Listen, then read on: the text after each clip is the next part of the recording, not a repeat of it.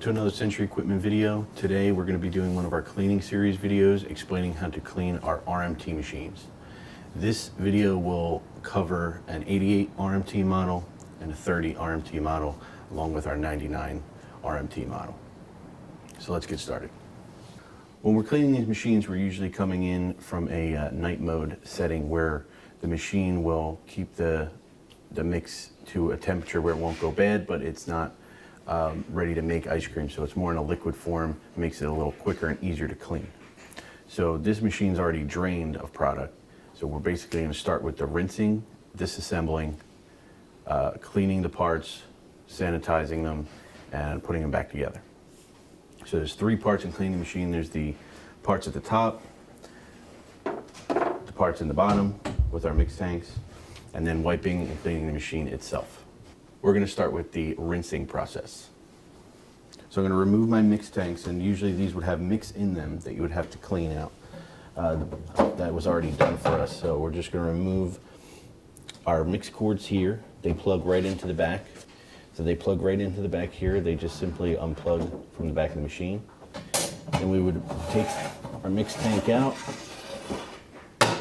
removing the cane, put them to the side.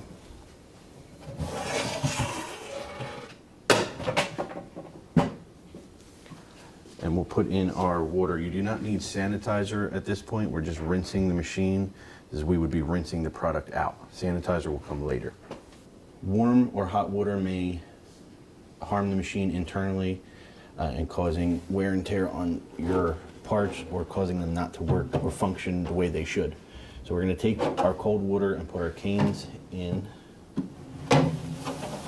push them to the back.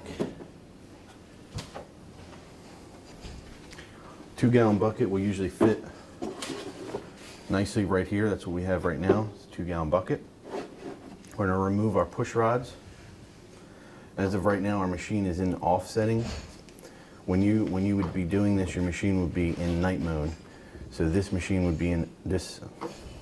So this switch would be in auto, night, off, and your cabinet would still be on. Right now, there's nothing in here, so the machine is completely off. So we're going to remove our push rods. So you push up, pull out, do all three.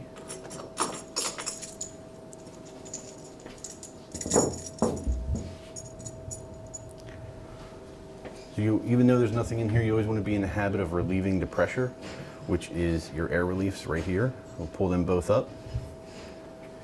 Pull both handles on the side down. We have our handles open, our air release up. As of right now, all our switches are in off position. When you would be doing this in night mode, your switches would be in auto, night, and then this would be off, and the cabinet would be on. Since there's nothing in here right now, all the switches are off.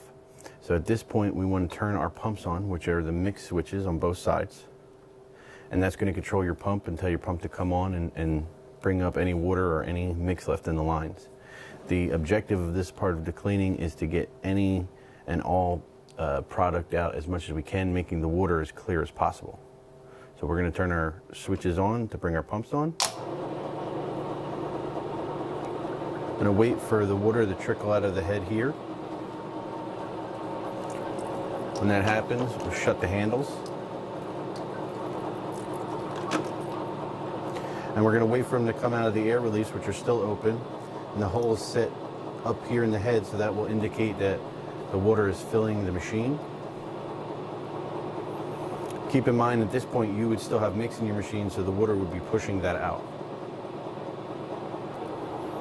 As soon as that happens, we can shut our air reliefs.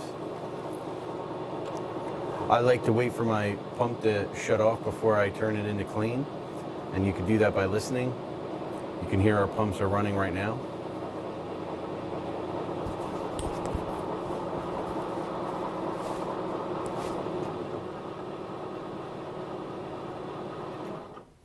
So both our pumps are off. So now we want to put our machine into clean, which would be these switches over here. Each side has its own.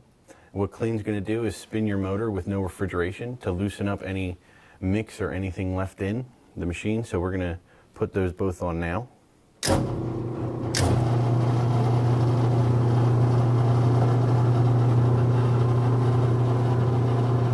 with mix in there, you would let that spin and let the water loosen up and mix with any remaining mix. So it's easier for us to pull it out.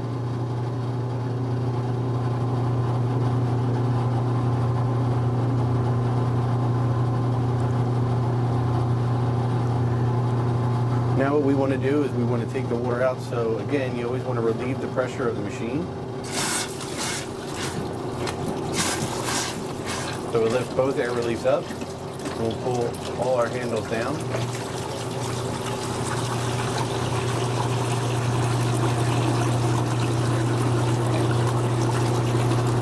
At this point in the cleaning, what we're looking for is the water to be clear with no mix in it, which that is happening right now. So we're going to shut our clean switch off on both sides. And we're going to shut these for now. While that's shut, we're going to take the rest of our water out since we don't need it anymore.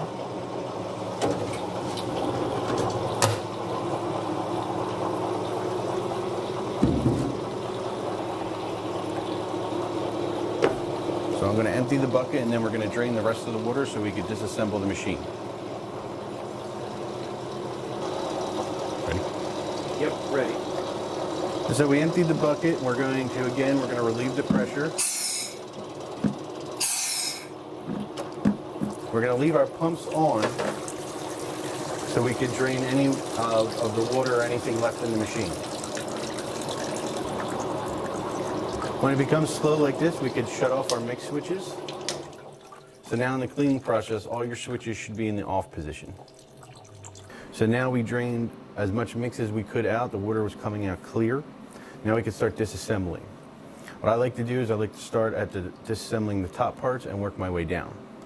So when you're taking the head off, it's important to loosen your 4 knobs evenly. So what I like to do is I'll go diagonal and you just break the seal on all 4, and as soon as that happens, you can start taking them off. It's important to do this so we're loosening the head evenly, so there's no wear and tear on the head. The less wear and tear on the head, the longer the head will last you.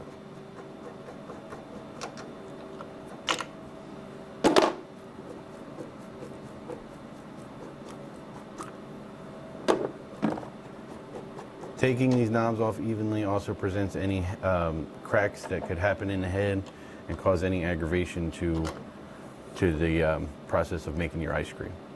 So after we loosen all 4 knobs and we get them all off, I take my handles down, hold that, and wiggle and pull your head off. So we took the head off. Here's the bushings. They just pull off like that. And the beaters remove, just pulling them out. The blades do not stick there. They just hold on there from the cylinder, so keep your hands on those. And that's the way they pull out there.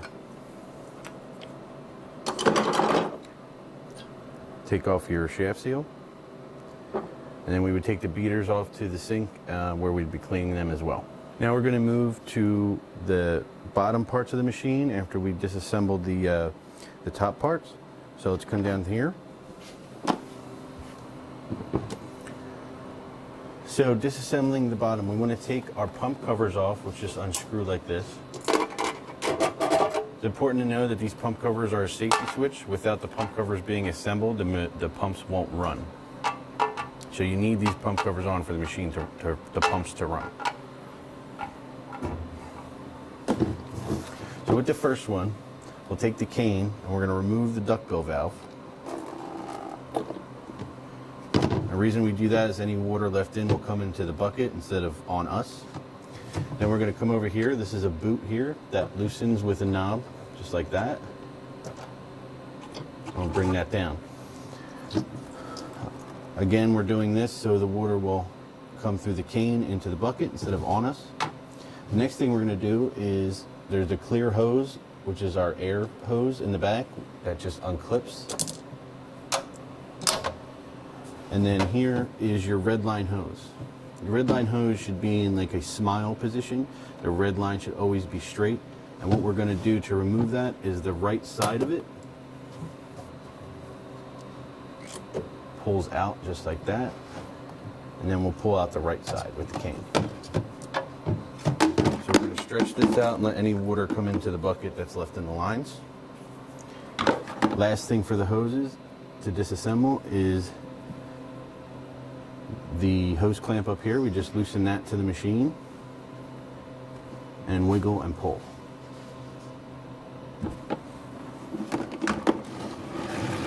And we're going to do the same with the other side.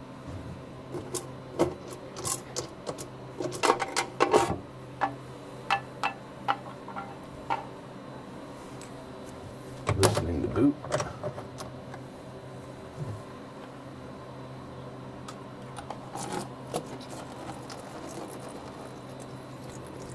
Take out our air hose.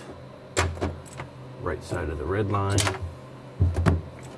Left side of the red line. And then unhooking from our machine again.